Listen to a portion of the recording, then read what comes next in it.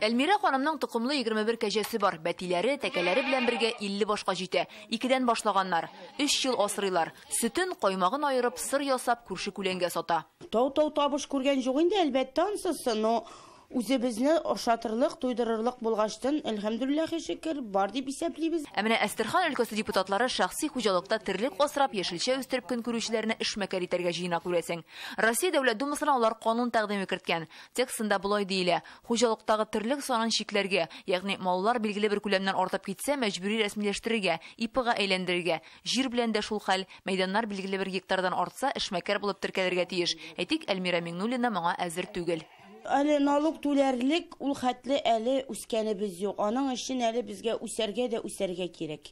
Сорап карасаң, терлек асрауның кеременә караганда чыгымы күбрәк ди ул. Кәҗә ким дигәндә 35 мең тора, сыер 80 мең тирәсе. Сарай төзү, терлек азыгы сатып алу, аның бәясе узган ел 3 тапкырга арткан. Моңа салым белән сертификацияләү чыгымы да өстәлсә, бөтенләй асрап торасы калмый ди авыл халкы. Әгәр дә оформить итеп, туда-сюда ЛПХлар төзәтергә кушсалар, авыл халкы бөтенләй бетерәйне хайван. Аның белән возиться итәргә эше бик күп. Тагына бухгалтерский эшләре була, торган була. Отчет бирергә. Хәзерге законнар буенча 10 таугы, 1 сыеры булганнарда, шулай ук мөмкинлегенә карап 100 сыер асраучылар да шәхси ярдәмче хуҗалык дип санала. Шәхси ярдәмче хуҗалык гаилә ихтыяҗларын канәгатьләндерү максатында авыл хуҗалыгы продукциясен җитештерү, эшкәртү һәм сату буенча эш итү дип аңлатыла. Бүген шәхси хуҗалыклар авылларның тотрыклы нигезе. Авыл җирендә эш булмаганда бердән-бер керем чыганагы да. Моны безнең республика җитәкчелеге аңлый. ЛПХлар өчен дәүләт ярдәме каралган. Аның махсус законы да бар. Асрасыннар гына, сарай төзергә акча, баш станына субсидия түләнә. Гаилә фермасына юл салына.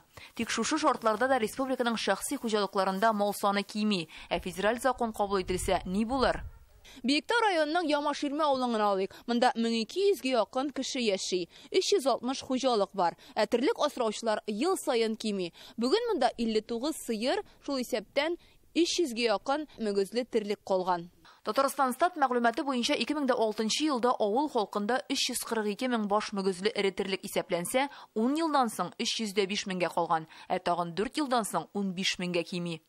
Бу ЛПХларны ИПга әйләндерүне күздә тоткан канун тәкъдиме бу саннарның тагын да тизрәк кимүенә китергә мөмкин дип чаң суга белгечләр. Ул законнан башка да 20 елда без санадык, согласно статистических данных Росстата, санадык 101 мең кеше авылдан уже киткән. Сез представьте, что 6 район буш анда кеше юк. Авылның территориясын кешесез калдыра торган ул закон. Федераль канун булгач, ул барлык төбәкләр өчен үтәлергә тиеш. Россия гаять зур ил. Әйтик, Әстерхан өлкәсендә яшәүчеләр далада меңләгән баш сарык асрап табыш ала. Бәлки баш санын чикләп, салым түләтү алар өчен кулайдыр да. Шуңа күрә бу канунга карата һәр төбәкнең фикерен исәпкә алу мөһим ди депутатлар. Шуның өчен закон ул бөтен кешегә дә бер була алмый. Әлбәттә, закон кабул ителгән чиракта без инде аның дәүләт Менә үзе республикабызның дәүләт советында бергәләп авыл хуҗалыгы министрлыгы белән, халык белән, җирле үзидарә белән аның менә уртасын табаячакбыз.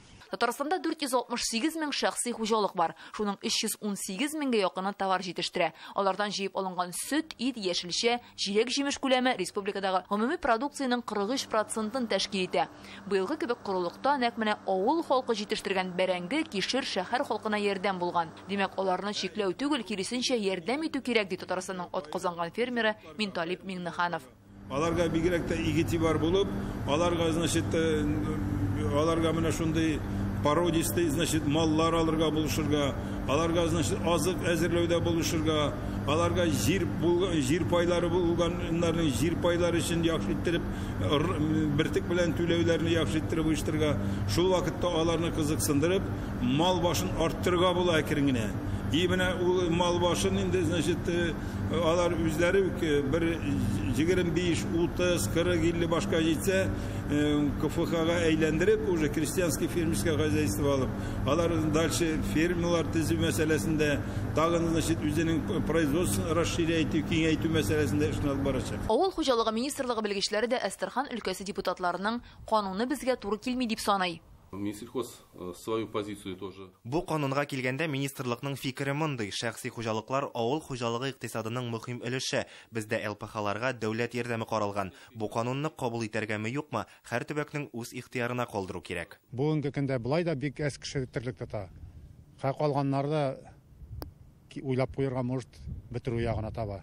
Бу законны Думага инде берничә тапкыр тәкъдим итеп карадылар. 2015 елда Ставрополь крае губернаторы әлеге мәсьәлә белән чыккан иде. Ул чактагы премьер Дмитрий Медведев Думага бу канунны әзерләргә кушты. Ул законга әверелмәде. Әстерхан өлкәсе депутатларының бу тагын бер омтылышы.